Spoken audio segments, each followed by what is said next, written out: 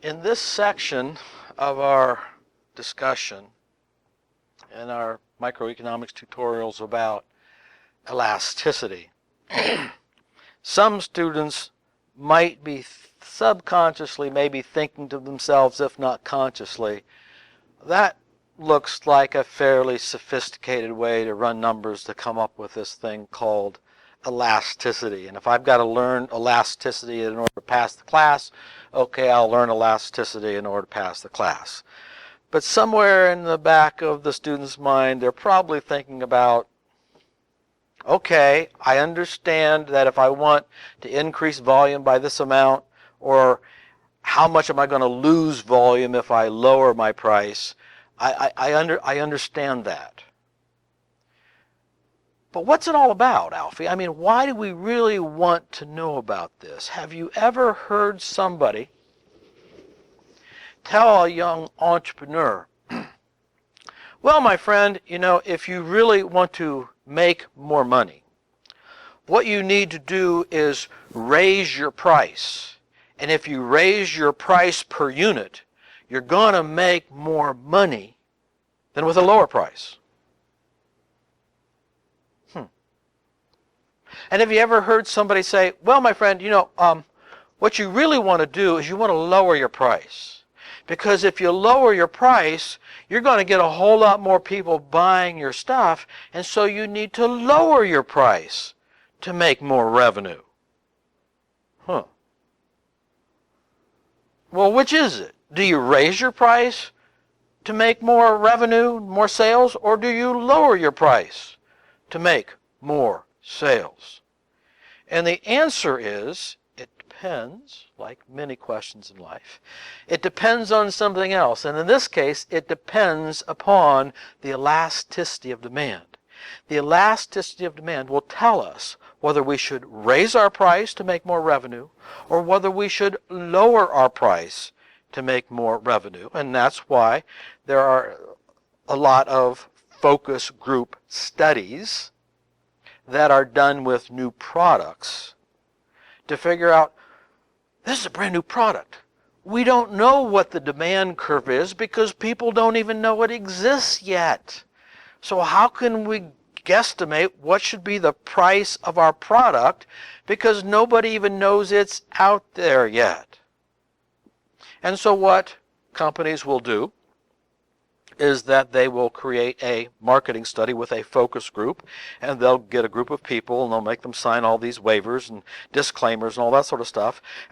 And then they're given prototypes of the product and ask, try this product out, see if you like it, and then come back in 2 days and we'll sit down and we'll talk about whether you would like this product, whether you would buy this product, and what price would be too high for you to buy this product, and about what would be a price that would probably get you to buy more than as much as you would want. In other words, we're using a focus group of people's opinions to give us a glimpse of what we think the future demand curve might be for our product before we do the rollout, before we go out and actually put a price on that and go with it. So once we're looking at that and we come up with that, then the next step would be, well, we actually do a test market. Now we think we got an idea of where the price number really should be, but let's go to one city and we'll price it between $10 and $9, and we'll see what the quantity demanded outcome is from one city to the other, and between point 1 and point 2 we can calculate an elasticity of demand. And we can go to another city and we'll somewhere out, these are expensive so we can't do it too often, but we'll put a price between 6 and 5 and we'll see what the quantity demanded there is and the quantity demanded here, or maybe down here. We say, well, one executive thinks it ought to be around $9, $10, and he's president and his wife has a lot of clout. But somebody else says, no, that's way too high. You got to get it down here at $6 or $7. That's what we think. And 3 or 4 people think that's right. But there's another group of people. They're very, very vocal. They're very vocal. They say, no, we need to get quantity. We need to get an efficient run size here. So you need to get the price down between $3 and $2 a unit. And they're all above our costs, and so we could pick any of these. Now the question is, what is the right price? What is the right price? And with elasticity of demand and calculating elasticity of demand, and doing these studies will make the difference between a company that just, I don't know, you put some numbers on the wall and you throw a dart at it, 50% of the people say it's okay, 50% don't, and you just go with it, or you're with a company that somebody in that organization has taken a microeconomics class and they know how to calculate elasticity of demand and they know what it means and they've heard about something called the revenue maximization rule. They've heard something about the revenue maximization rule, and that's what this section is all about. The revenue maximization rule is, what price should we pick to maximize our revenue? Now, if we had time here, I would pick, okay, row number 1. This is point 1 and this is point 2. And I want you to use a P1, Q1 and a P2, Q2, and I want you to calculate the elasticity of demand over that section of the demand curve. Now I've drawn that demand curve over here. So between a price of 10 and a price of 9, from here to here, I want you to calculate the elasticity of demand for this section of the demand curve right here. That's row 1. Row 2, come down here, and I want you to pick this for point 1, this for point 2, and I want you to calculate the elasticity of demand for this price range right here. At 5 and 6, it'd be right about in here, okay? What the elasticity of demand is. And for row 3, back there, I want you to calculate elasticity of demand between this point 1 and this point 2, between a price of 2 and a price of 1. So I want you to calculate the elasticity demand over this portion of the curve and over this portion of the curve, if I got that right. So I've got group 1, and they're calculating the elasticity demand over these 2 points, point 1, point 2. I got the next row, they're calculating elasticity demand between point 1, where it's price of 6, quantity 5, price of 5, quantity 6, and then the following row, they're going to calculate it down here. Now, if we had the time, we don't have the time. This is an economic tutorial. I don't have the time. If you want to go ahead and do that, by all means, it's good. It would be good exercise for you. Be good exercise for you. But I've done it before, and so I can tell you that the elasticity of demand up here, if the class does it right, is pretty close to 6. And the elasticity down here, as I recall, is pretty close to 0.16.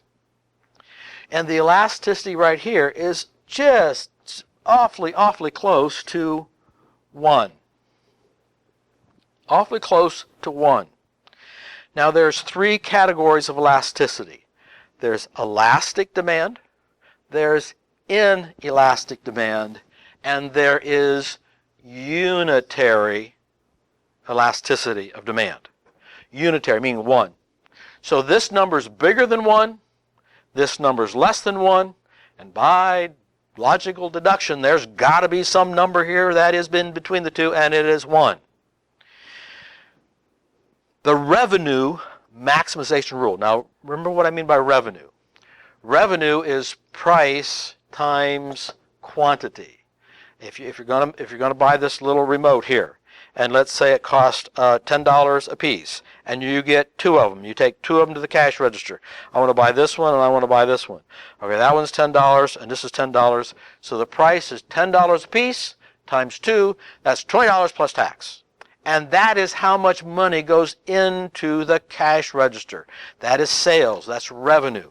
The revenue maximization rule says you want to pick that price. And again, this is a situation where we are a price maker. We've just made some brand new product. Maybe we're Rubbermaid or something like that. We just made some new product that hasn't been on the market before. If you're Procter & Gamble's and you come up with this brand new thing called disposable diapers, well, what price do you put on that? There's never been anything out there like disposable diapers before. $10 for a package, $20 for a package, $1.99 for a package. What price should we put on this thing that we don't know what the demand is yet? So we did some test market. What price should we put on this thing so we'll get the maximum amount of revenue, dollars, to come into our cash register? And the revenue maximization rule says pick that price. I don't know, this one. Pick that price at which elasticity of demand equals 1. If you pick the price somewhere on this demand curve, you pick the price here, it puts it somewhere on the demand curve, that gives us an elasticity of equal 1, you will make more money come into the cash register than any other price you can pick. Now let me illustrate this for you.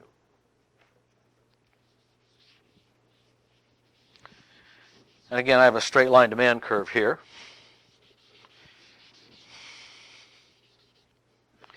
Let's say we guess we don't know, so we're just going to pick a price of 10.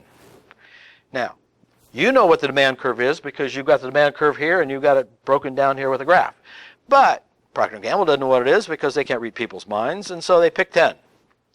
What would be the revenue, the price times quantity, if they pick the price of 10? And again, they're a price maker. They can pick whatever price they want because it's a brand new product. So they're going to get a revenue here of $10. Now this could be 1,000, 10,000, 100,000, whatever the one is, but for $10. Now, remember the guy that says if you want to make more money, if you want to make more money come into the cash register, all you got to do is lower your price, and you'll get more people buying your stuff, and you'll be able to make more money, make more revenue. So we go down from $10 to $9, and we double our sales. And that takes us up to $18. Ha-ha. The key is, if you want to make more revenue, you simply lower your price. So let's see if that magic works. Again, we lower our price down to $8, and sure enough, our revenue goes up to 3/8 or 24. Well, it's not quite an $8 jump, but it's still a healthy jump. So let's keep this going. Statistically, we're on a roll here. Let's lower our price from 8 down to 7, and here we're going to get 4/7s are 28. Yeah, boy. Well, it only went up by 4, but that's gooder. that's a lot better. Well, let's keep the magic going. Let's lower it down to $6, and when we lower it down to $6, we again, it's not a $4 jump, but it's a $2 jump. And so this is good magic here. Let's lower it down to 5.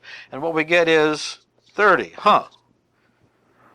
Well, statistically we're on a roll, and we didn't lose any money. And so it normally works for us, like 1, 2, 3, 4, 5. About 5 times out of 5, or 4 times out of 5 it works. And so let's try it again. We lower it down to $4, and our revenue goes down to 28. And if we lower it down to $3, our revenue goes down to 24. And if we say like Crazy Eddie, I don't care about making money, I just love to sell carpet. And the only way you can sell a lot of carpet is lower your price. Make a lot of people happy. Lower your price. He lowers his price down to 2, and his revenue goes down to 18. If he wants to make a whole lot more people happy, he could lower his price down to 1, but of course his revenue is going to go down as well. Now, as we calculated over here, this elasticity was very, very close to 1. And what did we find? We found that that section of the demand curve at which we're closest to unitary elasticity, that is where we're going to make more revenue, more money coming into the cash register than any other price we could pick. Again, we're making this thing. We can put any price on it that we want to put on it. But the revenue maximization rule says, well, don't be a dummy. Don't just throw a dart on the wall. If this is a big deal, and usually when companies like Procter & Gamble come out with a revolutionary product like Pampers or something like that, they've got so much money tied up in R&D. They've got so much money tied up into this thing, into an assembly line, millions of dollars to create an assembly line. They're guessing about how much they're going to sell. And they also got millions of dollars tied up in inventory and in trucks going to stores and in stores, not to mention the advertising campaign. They got a lot of money riding on this thing. Now, if they mess up on something this big, it could put the company under. We're talking about no small deal here. So it is really important. Even though test marketing costs a couple $1,000,000, it's awfully cheap insurance, because if you're priced too high, you got this great big assembly line here and nothing to put through it. If you're priced too low, you got all these orders coming in and people calling you, hey, I need some more of this stuff. Why can't you get me any more? And you're running 3 shifts and overtime and all, and you still can't get it to them in time. And now you got a bunch of dissatisfied customers, and you just told all your competitors, hey, here's something that's going to work. You don't have to put any R&D in this. All you have to do is just tweak it a little bit, make it a little bit different, and get a Huggies or something. And now you too can get into this market with practically no R&D and no real advertising to speak of. Because if they can't get Pampers, well, the next best thing is right beside Huggies, and then away they go. And they just made a lot of money, and you left a lot of money on the table. Why?